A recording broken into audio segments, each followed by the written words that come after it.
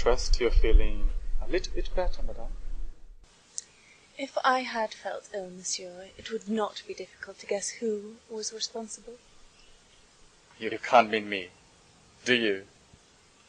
You promised to leave here. And I did. Then how can you be insensitive enough to return uninvited and without warning? I find myself obliged to attend some very urgent business in the area, for which my aunt is crucially involved. I only hope it can be dealt with promptly. Why are you so angry with me? I'm not angry. Although since you gave me your solemn undertaking not to offend me when you wrote, and then in your very first letter spoke of nothing but the disorders of love, I am certainly entitled to be. I was away for almost 3 weeks, and I wrote to you only 3 times, since I was unable to think in anything else. But you, some might say I showed some heroic restraint. Not in so far as you persisted in writing about your love despite my pleas for you not to do so. You have to agree. I couldn't find the strength to obey you. You claim to think there is some connection between what you call love and happiness. I can't believe that there is. In these circumstances, I have to agree. When the love is unrequited, As it must be. You know I can't reciprocate your feelings, and even if I could, it would only cause me suffering without making you any the happier. But what else could have been written to you about other than my love? What else is there? I believe I've done everything you wanted of me. You've done nothing of the sort. I left here when you wanted. And you came back. I've offered you my friendship, monsieur. It's the only thing I can give you. Why can't you accept it? I could pretend to. But that would be dishonest. You're not answering my question. The man I used to be would be content with their friendship and set about trying to turn it into his advantage. But I changed now, and I can't conceal from you that I love you passionately, tenderly, and above all, respectfully. So how am I to demote myself to the tepid position of friends?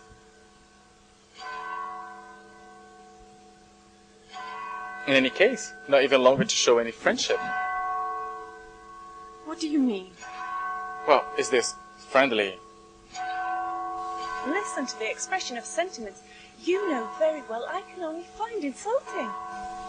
No, I think you're misunderstanding me.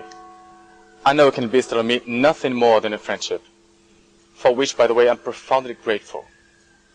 On the other hand, I can feel nothing less for you than love. We both know this is a true position. Can we simply acknowledge? I don't understand why the recognition of the truth should lose me your friendship. Openness and honesty scarcely must be punished. Don't you agree? You are adept, monsieur, at framing questions which preclude the answer now. Your honesty or otherwise is not at issue. The point is surely that I was weak enough to be persuaded to grant you a favour you should never have obtained. And furthermore, I did so under certain conditions, not a single one of which you have observed. Naturally, I feel you exploited my good faith. What else can I say to reassure you? How can you be afraid of me when, because I love you? Your happiness is far more important than my own. You made me a better person. You mustn't undo your handiwork. I've no wish to. But I must ask, are you going to leave or should I? Why? Because I find this conversation distressing. I can't seem to make you understand what I mean, and I've no wish to hear what you invariably get round to saying. Very well. I shall leave in possession of the field. Thank you. But look, we are to be living under the same roof, at least for a few days. Could we not contrive to tolerate it when fate throws us together? Surely we don't have to try to avoid each other.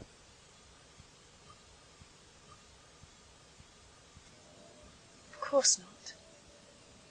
Providing you adhere to my few simple rules. I shall obey you in this as in everything else. I wish you knew me well enough before to know how much you changed me. My friends in Paris, they remarked on me at once. I become a soul of consideration, charitable, more celibate than a monk. More celibate? Yeah. The stories won here in Paris is all due to your influence. I have only you to thank for it. Now good evening. Monsieur. Yes? Nothing.